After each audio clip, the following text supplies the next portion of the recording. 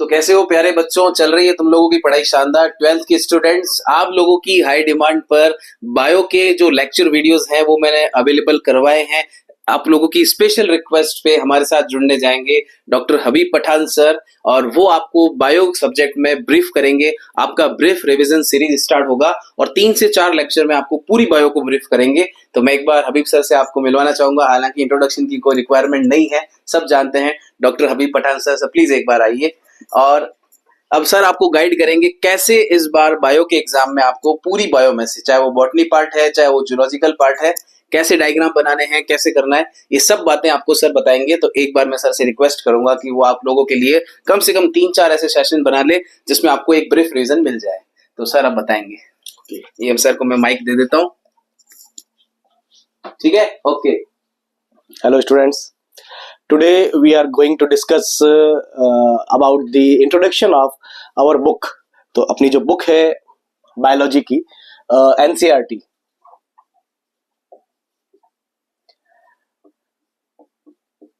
जिसमें total chapters हैं आपके 13 यूनिट्स हैं 5, उसके बारे में डिस्कस करेंगे। एक ब्रीफ इंट्रोडक्शन है और ये पूरा जो सीरीज, जैसा भी दीपक सर ने आपको बताई है, ये एक ब्रीफ रिवीजन सीरीज है।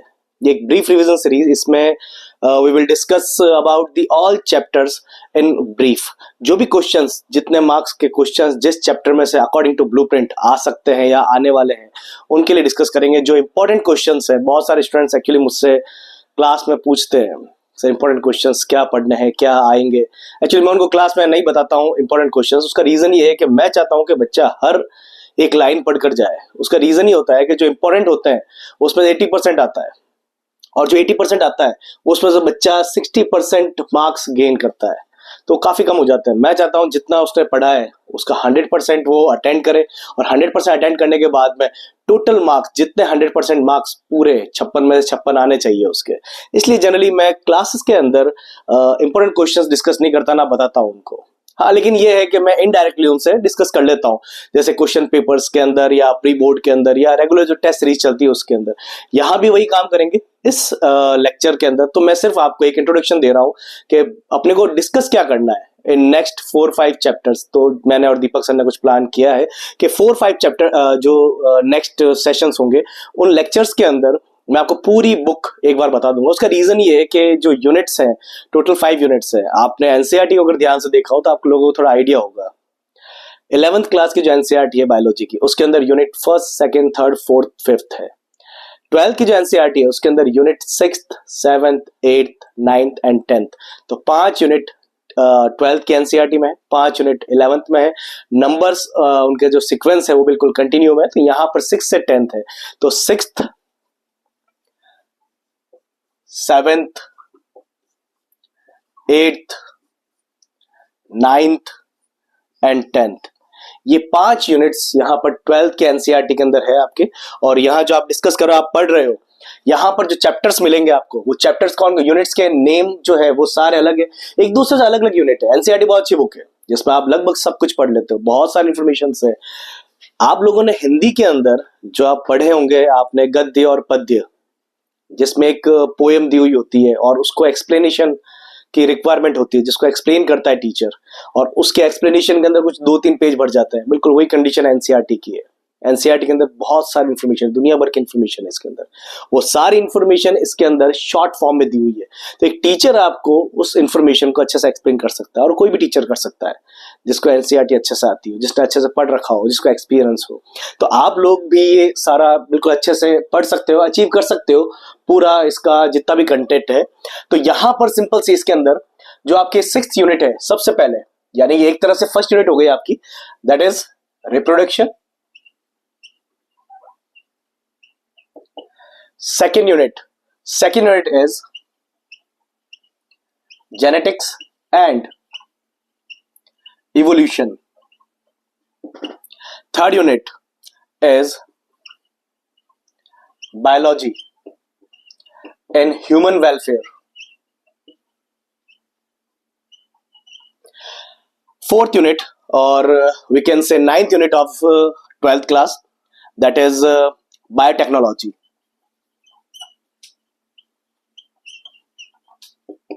And the last one is ecology. वैसे चैप्टर्स सारे इजी है, बहुत इजी चैप्टर्स हैं, ज्यादा इसमें टफ नहीं है, बट एक कंडीशन आती है, जैसे रिप्रोडक्शन एक ऐसा चैप्टर है, एक ऐसी यूनिट है जो आप 6th class 7th class 4th class में शायद आप पढ़ते हैं इसको। तो ये जो पढ़ते हैं तो इसको पढ़ना इजी रहता है, थोड़ा सा ये इंटरेस्टिंग भी रहता है काफी सारे स्टूडेंट्स के लिए। जेनेटिक्स एंड इवोल्यूशन ये भी डिस्कस करते हैं आप प्रीवियस क्लासेस के अंदर 9th में 10th में। यहाँ बायोलॉजी एंड ह्यूमन वेलफेयर, ये रूटीन में काम आने वाली कुछ बायोलॉजी है कि कौन कौन सी चीजें हमारे रूटीन के अंदर काम आती है। बायोटेक्नोलॉजी एक स्पेसिफिक, ये थोड़ा सा एक ऐसा टॉपिक है जो आपके लिए बिल्कुल नया रहता है, क्योंकि फर्स्ट टाइम पढ़ते हैं, जब कोई चीज फर्स्ट टाइम डिस्कस करते हैं, फर्स्ट टाइम पढ़ते हैं, वो थोड़ा सा टफ लगता है, वो थोड़ा सा ऐसा लगता है मुश्किल है, याद नहीं हो रहा है, समझ में नहीं आ रहा, क्योंकि इन्फॉर्मेशन बिल्कुल नहीं होती है। कोई भी चीज एक बार में समझ में आना थोड़ी सी मुश्किल होती है, और फिर ये बिल्कुल नहीं, और ये फर्स्ट टाइम इंट्रोड्यूस होती है आपके 12th क्लास के अंदर। इससे पहले किसी भी क्लास के अंदर आपको इतना डिटेल नहीं मिलता जितना है, क्योंकि बायोटेक्नोलॉजी का पार्ट पनीर फॉर्मेशन भी है, बायोटेक्नोलॉजी का पार्ट बियर फॉर्मेशन भी है, तो ये कर्ड फॉर्मेशन भी बायोटेक्नोलॉजी का पार्ट है, ये सारा मिलता है। But in this chapter, in these 2 chapters, these are not the part of this unit. तो यहाँ पर आपको कुछ नया मिलता है जिसमें प्लाज्मिड वगैरह डिस्कस करते हैं।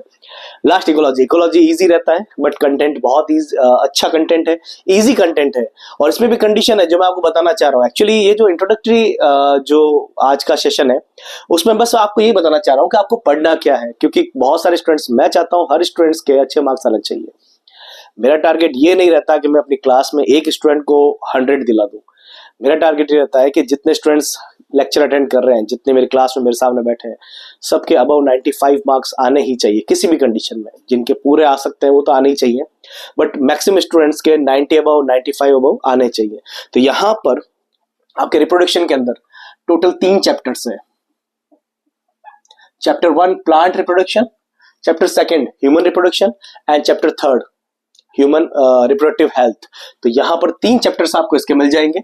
उसके बाद में जेनेटिक्स एंड इवोल्यूशन, इसके अंदर भी आपको 3 चैप्टर्स मिल जाएंगे।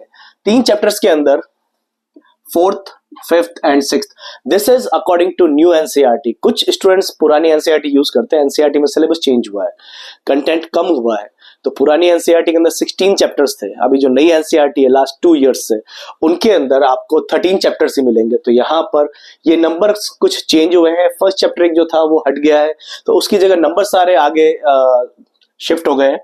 तो यहाँ पर एक चैप्टर आपको जेनेटिक्स का मिलेगा जो मेंडल वाली जेनेटिक्स है। अच्छा, इसमें एक कंडीशन और है, जो आपके जेनेटिक्स है, जो आप मेंडल वाली जेनेटिक्स पढ़ते हैं, ये आपने शायद, मुझे एग्जैक्ट आइडिया नहीं है, बट 9th या 10th क्लास के अंदर जेनेटिक्स है, बट वो जो जेनेटिक्स है वहां पर वो एनसीईआरटी के अंदर सिर्फ 2 पेजेस की है, ओनली 2 पेजेस। उसके बाद आफ्टर मेंडल वर्क है, और आफ्टर मेंडल वर्क बहुत सारा है। तो आफ्टर मेंडल वर्क के अंदर डिजीज आती है, डिसऑर्डर्स है बहुत सारे, कुछ सिंड्रोम है, क्रोमोसोमल डिसऑर्डर है, जेनेटिक डिसऑर्डर्स, तो ये सब जो है वो वहां डिस्कस करते हैं। मेंडल के एक्सेप्शंस क्या क्या है, क्योंकि मेंडल ने जो काम किया था वो एक प्लांट पे किया था, बट उसके बाद में क्या क्या एक्सेप्शंस आए वो सारा डिस्कस करते हैं। एक बेसिक आइडिया जो है पूरी जेनेटिक्स का वो ये है कि आपकी बॉडी में चलता क्या है, आपकी बॉडी के अंदर दिन भर एक काम चलता रहता है। जो बहुत सारे स्टूडेंट्स जो मुझे टारगेट में नीट वाले बैच में मिलते हैं, उनको भी पता नहीं होता हम पढ़ क्या रहे हैं। और जो जनरली मैं बताता रहता हूँ क्लास के अंदर सबको, अपनी बॉडी में एक काम हमेशा दिन रात चलता रहता है, और वो है central dogma. Central dogma is the central idea of chapter 4th and chapter 5th। तो यहाँ पर आपके बॉडी के अंदर डीएनए का रेप्लिकेशन होता है, डीएनए से डीएनए का फॉर्मेशन होता है, डीएनए से आरएनए का फॉर्मेशन होता है, आरएनए से प्रोटीन बनता है, प्रोटीन से एंजाइम बनता है, और एंजाइम फंक्शन करते हैं। तो ये सारे काम हमारी सेल्स के अंदर दिन रात, जब तक हम सर्वाइव कर रहे हैं तब तक ये काम हमारी सेल्स के अंदर चलते रहते हैं। हाँ, ये जरूरी नहीं है कि रेप्लिकेशन इन एवरी सेल हो रहा है, बट एक्चुअली कंडीशन ये है कि जो डिवाइडिंग सेल्स अपनी बॉडी के अंदर, जैसे बोन मैरो के सेल्स है या गैमेटिक सेल्स है, उनके अंदर ये प्रोसेस कंटिन्यूअसली चलता रहता है। तो सिंपल सी कंडीशन है, यहाँ पर एक चैप्टर आपके MBI, molecular basis of inheritance, तो ये एक काफी बड़ा चैप्टर है। जनरली मुझे क्लास में करवाने में इसमें 35 to 40 डेज लग जाते हैं, 35 डेज लग जाते हैं इस चैप्टर को करने में। तो 35 डेज एक बहुत लंबा टाइम होता है, एक मंथ से भी ज्यादा लग रहे हैं, जिसमें ठीक है संडे हटा देते हैं तो 30 डेज बराबर लग जाते हैं इसके अंदर। यहां पर है आपके इवोल्यूशन। यहां मैंने आपको जैसे बताया था, ये प्लांट रिप्रोडक्शन है, this is plant reproduction, this is human reproduction, अच्छा, एनिमल रिप्रोडक्शन नहीं है, ह्यूमन रिप्रोडक्शन है। आज से कुछ साल पहले जो बायोलॉजी का सिलेबस था, जब मैं स्कूल में पढ़ता था, तो ह्यूमन रिप्रोडक्शन रिप्रोडक्शन के अंदर एनिमल्स का रिप्रोडक्शन भी शामिल था, तो वो इंक्लूड था, उसके अंदर बहुत वास्ट हो जाता था। बट अभी एनसीईआरटी में बहुत स्पेसिफिक गिवन है, और वो ह्यूमन रिप्रोडक्शन है, यानी किसी और एनिमल का नाम ही नहीं। मतलब आपको नहीं पता कि हाइड्रा में रिप्रोडक्शन कैसे हो रहा है, क्योंकि वो अलग अलग जगह हम डिस्कस कर लेते हैं। ओके, थर्ड जो है दैट इज रिप्रोडक्टिव हेल्थ। ये बहुत अच्छा एक चैप्टर है और एक अच्छा टॉपिक है। आप लोगों ने मूवी देखी होगी, मूवीज तो सब देखते हैं, OMG 2, है ना। तो वो वहां जिस चीज के लिए डिस्कस कर रहे थे, तो वही उसका एक छोटा सा पार्ट इस चैप्टर के अंदर गिवन है। तो आपको ये थोड़ा सा नॉलेज होना चाहिए इन चीजों के बारे में। तो ये रिप्रोडक्टिव हेल्थ जो है यहाँ पर गिवन है आपके। Okay, next, biology and human welfare. देखो, बायोलॉजी पढ़नी क्यों है ना। मैं जनरली मैथ्स वालों को, मुझे मैथ्स थोड़ा सा कम पसंद है, तो मैं मैथ्स वालों से पूछता रहता हूँ। मैथ्स वाले सर से पूछ लेता हूँ कई बार, ये साइन कॉस थीटा क्या काम आएगा मेरे, ये इनके क्या काम आएगा। तो वो बताते हैं कि जब ये साइंटिस्ट बन जाएंगे तब काम आएगा। बट एक्चुअली बायो के साथ ऐसे नहीं है। बायो के साथ सबसे अच्छी बात यह है कि जो बायो पढ़ रहा है ना, वो हमेशा डेली लाइफ के अंदर उसके बायोलॉजी काम आएगी। तो यहाँ 2 चैप्टर्स हैं, बायोलॉजी एंड ह्यूमन वेलफेयर, जिसमें ये डिस्कस करना है कि बायोलॉजी हमारे काम कैसे आएगी। तो इसमें एक चैप्टर आपके, चैप्टर नंबर 7, चैप्टर नंबर 8, तो ये है आपके ह्यूमन हेल्थ एंड डिजीजेस। दूसरा चैप्टर से second chapter, another chapter that is microbes in human welfare. तो यहां पर 2 चैप्टर है आपके, एक ह्यूमन है। अच्छा, दोनों ही माइक्रोब्स के बारे में। दोनों आपको सबसे पहले तो अपना सिलेबस याद होना चाहिए, उनके बाद अपने को पढ़ना क्या है ये याद होना चाहिए। इसलिए मैं यहाँ से स्टार्ट कर रहा हूँ। इसके बाद जो सेशंस होंगे वो मैं कोशिश करूंगा लगभग छोटे हो, ज्यादा लंबे नहीं हो, क्योंकि आप बोर नहीं हो उसके लिए। और आपके पास टाइम, वैसे बायो के अंदर अच्छा टाइम है, इस बार बायो के अंदर काफी ज्यादा अच्छा टाइम है। 10th मार्च को एक एग्जाम है शायद इंग्लिश का, और उसके बाद 18th मार्च को बायो का एग्जाम है। तो एक लंबा अच्छा टाइम मिल जाता है, और बीच में एक्चुअली होली है, तो मैं कोशिश ये है हमारी कि बिफोर होली ये सारे लेक्चर्स अपलोड हो जाए, ताकि आपको पढ़ने के लिए टाइम मिल जाएगा।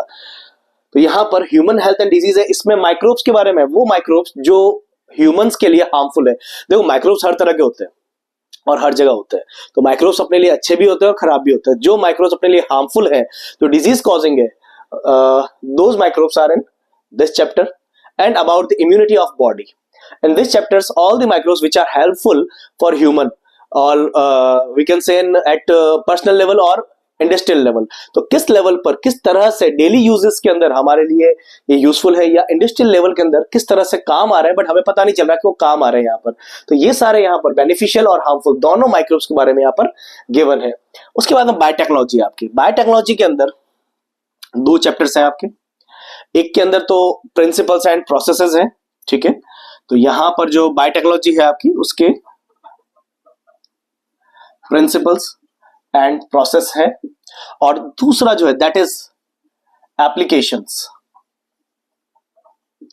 तो बायोटेक्नोलॉजी के एप्लीकेशंस, अच्छा नाम ये नहीं है, नाम के अंदर चैप्टर के नाम के अंदर बायोटेक्नोलॉजी भी है। मैंने थोड़ा सा क्योंकि ब्रीफ है तो ब्रीफ किया मैंने उसको। तो प्रिंसिपल्स और प्रोसेसेस यहां डिस्कस करना है। उसके बाद नेक्स्ट चैप्टर के अंदर एप्लीकेशंस है, बायोटेक्नोलॉजी के क्या क्या यूजेस है। Next third ecology. इकोलॉजी के अंदर आपको 3 चीजें मिल जाती है। यहां पर आपके एक दिया हुआ है ecosystem,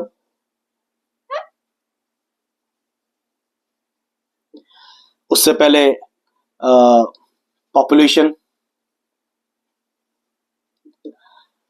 and last one biodiversity.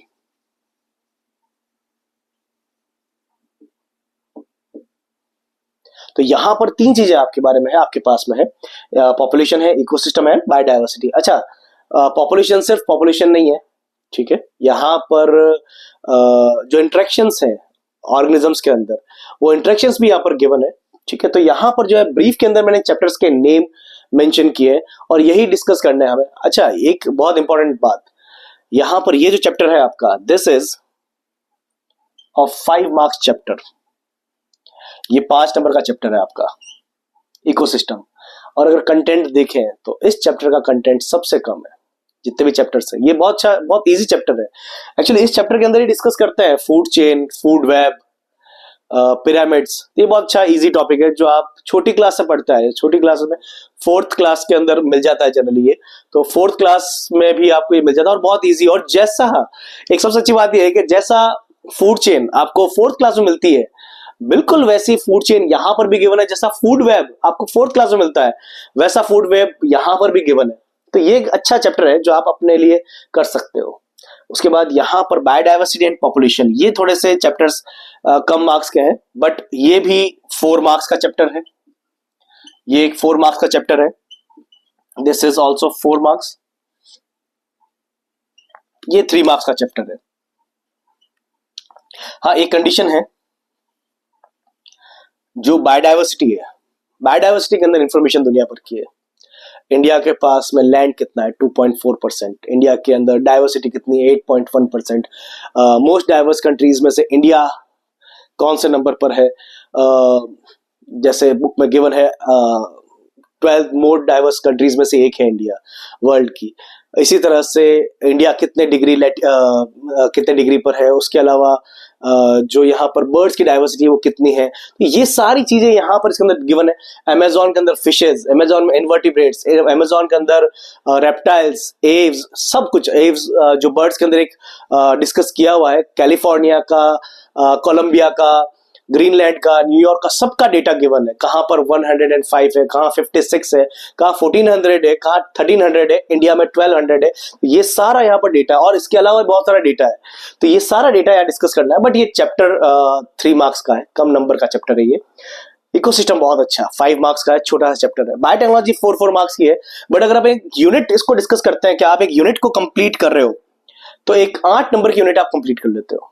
मैं हमेशा कहता हूं एक्चुअली आपका जो पैटर्न है बोर्ड का, वो भी मैं आपको बता देता हूं। आपके बोर्ड का जो पैटर्न है उसमें 53 क्वेश्चंस आएंगे आपके। 53 क्वेश्चंस, टोटल 6 तरह के क्वेश्चंस मिल जाएंगे आपको। आपको सबसे पहले मिलेंगे एमसीक्यूज। एमसीक्यूज के बाद में fill in the blanks. Fill in the blanks के बाद में शॉर्ट आंसर, उसके बाद में long answer, then very long answer and then essay type.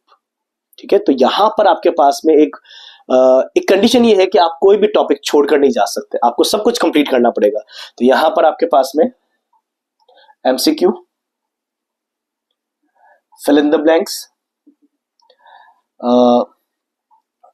Very short answer, यहां आपको वेरी शॉर्ट आंसर मिल जाएगा, शॉर्ट आंसर टाइप क्वेश्चंस मिल जाएंगे, यहां आपको लॉन्ग मिल जाएंगे और यहां पर आपको ऐसे टाइप मिल जाएंगे। तो यहां पर जो है आपको 6 तरह के क्वेश्चंस मिल रहे हैं। इसमें 53 क्वेश्चंस आएंगे। 53 क्वेश्चंस का मतलब यह है कि एमसीक्यूज आपके पास में कुछ 18 एमसीक्यूज मिलेंगे आपको। यहाँ पर 10 फिल इन द ब्लैंक्स मिलेंगे, 10 वेरी शॉर्ट आएंगे, 12, 3, 4, 2। तो इस तरह से जो है एक लंबा चौड़ा क्राइटेरिया है आपका। और ये इसीलिए है ताकि हर बच्चा हर चैप्टर को पूरा पढ़े। कई बार क्या होता है, बच्चा क्या करता है कि एक चैप्टर को आधा पढ़ लेता है, आधा छोड़ देता है। उसको लगता है यहाँ से तो मुझे बड़ा क्वेश्चन मिल जाएगा, मैं कर लूंगा। जो एक पुराना पैटर्न था जिसमें बड़े बड़े क्वेश्चंस आते थे, छोटे क्वेश्चंस नहीं आते थे। एक प्रॉब्लम उसमें रहती थी, जब एक टीचर कॉपी चेक करता है, वो अपने अकॉर्डिंग उसको चेक करता है, अपने अकॉर्डिंग मार्क्स देता है। जब वो अपने अकॉर्डिंग मार्क्स देता है तो उसमें होता ये है कि उसको लगता है कुछ चीजें सही लिखी हुई हो, एक लैंग्वेज के बेस पर वो उसको मार्क्स दे देता है, ये कई बार नहीं भी देता है। दूसरा टीचर जब उस कॉपी को चेक करता है तो ऑब्जेक्शंस होते हैं। बट गवर्नमेंट ने, एजुकेशन डिपार्टमेंट ने क्राइटेरिया और पूरा पैटर्न इस तरह का कर दिया है कि यहाँ कहीं भी किसी को ऑब्जेक्शन हो ही नहीं सकता, क्योंकि 18 क्वेश्चंस आपके एमसीक्यूज है। जिसका राइट है वो राइट है, रॉन्ग है तो रॉन्ग है। वो पॉसिबल ही नहीं है एक टीचर कहते हैं ये राइट और दूसरा कहता है ये रॉन्ग है। Same condition fill in the blanks में 1 वर्ड आंसर है, तो 1 वर्ड आंसर है, 10 फिल इन द ब्लैंक्स है। जो आंसर है एग्जैक्ट वही लिखना है, वो नहीं लिखा मार्क्स नहीं मिलेंगे आपको। सेम कंडीशन यहां पर वेरी शॉर्ट में मिल जाएगी आपको। तो यहां पर ये 6 टाइप के क्वेश्चन, 6 टाइप्स ऑफ क्वेश्चंस जो है वो यहां पर आपको पेपर मिलेंगे और टोटल नंबर ऑफ क्वेश्चंस होंगे 53। तो बड़े क्वेश्चंस तो आपके पास में 5 ही मिलेंगे, लॉन्ग वाले जो है वो मिलेंगे आपको 3 क्वेश्चंस। हाँ, इसमें कंडीशन है कि यहां पर 14 to 18, 14, 15, 16, 17, 18 ये 5 क्वेश्चंस ऐसे हैं जिनमें आपको इंटरनल चॉइस मिलेगी। आप पेपर के ऊपर एक बार इंस्ट्रक्शंस जरूर पढ़ना। आपको जो पेपर मिलेगा बोर्ड का उसमें इंस्ट्रक्शंस लिखे हुए हैं। बहुत सारे बच्चे गलती करते हैं, वो जैसे इच्छा होती है वैसे काम करना स्टार्ट कर देते हैं। प्रॉब्लम ये है कि आपके इंस्ट्रक्शंस के अंदर गिवन है जो टॉपिक आप आप ये इसको यूज कर रहे हैं, जो स्टार्ट कर रहे हैं आप, अगर आप शॉर्ट यूज कर रहे हैं, शॉर्ट आंसर से स्टार्ट कर रहे हैं तो पहले उसको कंप्लीट करेंगे, उसके बाद अनदर आप स्टार्ट करेंगे। तो जो भी आप स्टार्ट कर रहे हो वो पहले एक सेगमेंट आपको कंप्लीट करना है। एक सेगमेंट का ऐसा नहीं है, बहुत सारे जिनको आता नहीं है और कई बार वो थोड़ा सा कंफ्यूज भी होता है, कुछ आता है कुछ नहीं आता है। तो उसमें एक क्वेश्चन किया है इसका, फिर यहाँ पहुंच गए, फिर यहाँ पहुंच गए, वापस यहाँ चले गए, फिर एमसीक्यूज आधे किए, आधे एमसीक्यूज छोड़ दिए, आधे फिल इन द ब्लैंक्स किए। ये बड़ा बड़ा वर्स्ट तरीका है किसी भी पेपर को अटेंड करने का। आप पेपर को इस तरह से करो जैसे आपने उसको बिल्कुल प्रॉपर, जिस तरह से पेपर टाइप करके दिया है ना आपको, उसी तरह से आपको उसी सीक्वेंस में अटेंड करना है। इसके लिए कंपलसरी ये है कि आपको सब कुछ पढ़ के जाना है। अगर पढ़ के नहीं जाओगे तो फिर वो टाइम पास ही होगा वहां पर, है ना, क्योंकि 3-3.25 घंटे निकालना मुश्किल काम होता है। उसके बाद तो फिर आप चाहो तो गाने भी लिख सकते हो, कोई प्रॉब्लम नहीं है उसके अंदर, है ना। नहीं आएगा तो कुछ तो करेंगे, क्योंकि वो बैठे हुए भी अजीब लगता है, सब लिख रहे हैं आप बैठे हो। तो इसलिए सब कुछ पढ़ के जाना है। तो यहाँ पर कंडीशन ये है कि आपको हर एक वर्ड याद होना चाहिए, एक एक लाइन याद होनी चाहिए। इसलिए मैं कहता हूं कि इंपॉर्टेंट क्वेश्चंस जो आप पढ़ते हैं हमेशा उसमें से 80% ही आता है, बट जो कंप्लीट डिस्कशन होता है उसका 100% आता है। तो यहाँ आपको ये ध्यान रखना है कि 53 क्वेश्चंस आपको 3.25 घंटे के अंदर अटेंड करने हैं। Time management is most important thing. जब आप एग्जाम में जा रहे हैं तो एग्जाम के अंदर आप घड़ी पहनकर जरूर जाए, एक रिस्ट वॉच सिंपल सी आप अपने साथ रखें और उसके अकॉर्डिंग आप थोड़ा सा करें, तो आपको पता रहेगा कि कितने देर में मुझे कितने क्वेश्चंस करने हैं। क्योंकि यहाँ पर 18 क्वेश्चंस है, उसको रीड करने में अगर मैं आपसे पूछूं आपके ब्रदर का नेम या आपके फादर का नेम, आप मुझे 1 सेकंड में बता देंगे। आपके फ्रेंड का नेम आप 1 सेकंड में मुझे बता देंगे। बट अगर मैं आपसे पूछूं महाराणा प्रताप के दादा का नाम, तो जिसको याद होगा वो बताएगा, जिसको याद नहीं है वो पॉसिबल ही नहीं, वो 3 घंटे सोचने के बाद भी नहीं बता सकता। तो यह कंडीशन वही है एमसीक्यूज और फिल इन द ब्लैंक्स की, कि अगर आपको आता है तो आप कर लोगे, नहीं आता है तो 3 घंटे लेके बैठे रहो, उसको पॉसिबल ही नहीं आप कर लोगे। सेम कंडीशन यहाँ शॉर्ट आंसर्स में। शॉर्ट आंसर्स में यहाँ पर लिखा हुआ होगा, आप चेक करना उसके अंदर, क्वेश्चन के अंदर जहां सबसे ऊपर हेडिंग होती है वहां उसमें लिखा हुआ होगा 1 वर्ड और 1 लाइन। तो जब 1 वर्ड और 1 लाइन कह दिया उसने तो आपको उतने में ही करना है कंप्लीट, सिंपल सा, ताकि चेक करने वाला पूरे नंबर देगा आपको। 1 वर्ड का आंसर मींस 1 वर्ड का आंसर। यहाँ शॉर्ट के अंदर आपको कुछ ऐसे क्वेश्चंस मिलेंगे, कुछ ऐसे आपको आंसर्स लिखने हैं जो ज्यादा लंबे नहीं होंगे, 1 लाइन 2 लाइन के अंदर आएंगे। यहाँ पर लॉन्ग के अंदर लिमिट दी हुई है 100 वर्ड्स। 1 लाइन के अंदर आपके 10 वर्ड्स अप्रोक्सीमेटली अपन कंसीडर करते हैं आते हैं। तो आप 10 लाइन अगर लिख रहे हैं तो 10 लाइन के अंदर आपका एक कंप्लीट होना चाहिए लॉन्ग वाला। और जो ऐसे टाइप है, ऐसे टाइप के अंदर लिमिट दी हुई है, the limit is given, that is 250 words. अगर मैं 250 वर्ड्स बोल रहा हूं तो 250 वर्ड्स का मतलब क्या है, यानी कि अगर 1 लाइन के अंदर आप 10 वर्ड्स लिखते हो तो आपको कम से कम 20 से 25 लाइन भरनी है। अच्छा, उस पर डायग्राम होगा तो डायग्राम बनाना है, क्योंकि यहां पर एक चीज फिक्स है, this chapter is of 6 marks, this chapter is of 6 marks. तो ये 6 नंबर के चैप्टर है, यहां पर ये 6 नंबर के चैप्टर है। एक ये भी काफी इंपॉर्टेंट चैप्टर है जिसके मार्क्स काफी ज्यादा है। तो यहाँ पर ये 6 मार्क्स के जो चैप्टर्स हैं ये आपको अच्छे से करने हैं। तो यहाँ अगर आप इनको अच्छे से करते हैं, इनके क्वेश्चंस आपको मिलेंगे। इसका क्वेश्चन 100% फिक्स है, एक क्वेश्चन इसका, एक इसका और एक इसका और एक इसका। ये 4 चैप्टर्स हैं जिनके क्वेश्चंस आपको मिलेंगे ऐसे टाइप के अंदर, और जब वहां मिलेंगे तो आपको अटेंड करना ही है। और डायग्राम भी मिल सकता है वहां पर, आपको उसका डिस्क्रिप्शन भी मिल सकता है। हो सकता है 4 पॉइंट्स के अंदर या 3 पॉइंट्स के अंदर, क्योंकि जब 4 नंबर का क्वेश्चन है तो 1 + 2 + 1, 3 + 1, 2 + 2, 1 + 1 + 1 + 1, ये भी मिल सकता है आपको। तो ये एक ब्रीफ इंट्रोडक्शन है जो मैंने यहाँ पर थोड़ा सा आपको बताया है कि कौन सा चैप्टर कितने मार्क्स का है, कितना वो कवर कर रहा है, कौन सा पहले पढ़ना है। क्योंकि मैं हमेशा कहता हूँ ये थोड़ा सा आप सबसे पहले पढ़ो इसको, ये क्योंकि ईजी रहता है। दूसरा आप इसको पढ़ो, ठीक है, क्योंकि किसी भी स्कूल के अंदर सबसे पहले ये स्टार्ट करते हैं, तो ये थोड़ा सा शुरू में रहता है, तो डेडिकेशन भी ज्यादा रहता है बच्चों का। तो इसको अभी आप सेकंड आप कंसीडर कर सकते हो, थर्ड आप इसको कंसीडर करो। या इवोल्यूशन को मैं थोड़ा सा लास्ट में लेने के कहता हूँ, क्योंकि रीजन ये कि इवोल्यूशन 3 मार्क्स का है। ये थोड़ी सी गड़बड़ है, इवोल्यूशन बड़ा बहुत है, काफी बड़ा चैप्टर है, कंटेंट बहुत ज्यादा, दुनिया भर की थ्योरी है इसके अंदर, याद रखने की चीजें बहुत सारी है, बट ये 3 मार्क्स का चैप्टर है, तो थोड़ा सा मैं सबके लिए एक सजेस्ट करता हूँ, इसको आप लास्ट में पढ़ना, और जब आप बाकी चैप्टर से बोर हो जाओ तब इसको पढ़ लेना, लेटे लेटे पढ़ लेना, ये थ्योरेटिकल चैप्टर है, तो लेटे लेटे पढ़ोगे तब भी हो जाएगा, बाकी सारे चैप्टर्स बैठ के पढ़ने हैं। तो आज का सेशन यहीं पर एंड करेंगे इसी के साथ, ये जस्ट एक इंट्रोडक्शन था, इसमें बहुत ज्यादा कुछ चैप्टर डिस्कस नहीं किया है, बस मैंने बताया हम करेंगे क्या। नेक्स्ट सेशन जितने भी होंगे मैं कोशिश करूंगा 5, 1 2 3 4 5 एक एक दिन के अंदर एक एक यूनिट पूरी करके, और उसमें जितने इंपॉर्टेंट इंफॉर्मेशन है उस सारी इंफॉर्मेशन को, जो डायग्राम्स है जिनसे क्वेश्चंस आ सकते हैं, उन सबको डिस्कस करने की। Okay, thank you. आजा स्टूडेंट्स की तरफ से तो मैं सर को एक बार धन्यवाद दूंगा, और आपको बहुत अच्छी तरीके से इन्होंने पूरा वेटेज बता दिया, किस चैप्टर का क्या वेटेज है, किस चैप्टर को ज्यादा टाइम देना है। तो ये 5 यूनिट आगे आने वाले सेशन में कंप्लीट होने वाली हैं। 5 वीडियोस होंगे, वो 45 मिनट के होंगे, 1 आवर के होंगे। आप उसको तसल्ली से बैठ करके अपने उस एग्जाम गैप में आराम से, एक दिन में भी एक देखते हैं, एक दिन में 5 देख लेते हैं, आपकी मर्जी है, बट ये जो वेटेज कवर हुआ है और सर ने इतना अच्छा ब्रीफ किया है, आई थिंक इससे बेस्ट कुछ नहीं हो सकता है। और इसके लिए डॉक्टर साहब को हम बहुत ज्यादा धन्यवाद देंगे कि उन्होंने टाइम निकाला है, और अभी आप समझ सकते हो रात का क्या टाइम हो रहा है और सर ने टाइम दिया है। तो बने रहते हैं, और इसके बाद में ब्रीफ रिवीजन की जो ये सीरीज है, उस सीरीज का जो पहली यूनिट है, यूनिट 1 2 3 4 5, 5 यूनिट सर कवर करेंगे, और आपको बने रहना है, प्रॉपर उनको बताना है कमेंट में कि आपको ये कैसा लगा, इन्फॉर्मेशन कैसी लगी, और अपने दोस्तों से भी शेयर करना। तब तक के लिए एक वो पीडीएफ जो डिस्कस किया था, एक पीडीएफ भी है जिसके अंदर पूरा कंप्लीट सिलेबस शॉर्ट नोट्स की फॉर्म में 80 पेजेस है, तो 80 पेजेस का एक लिंक दीपक सर अपलोड कर देंगे, इस वीडियो के डिस्क्रिप्शन में आपको मिल जाएगा, आगे आने वाले सेशन के डिस्क्रिप्शन में, वहां से आप डाउनलोड करके और उसको भी देख सकते हैं।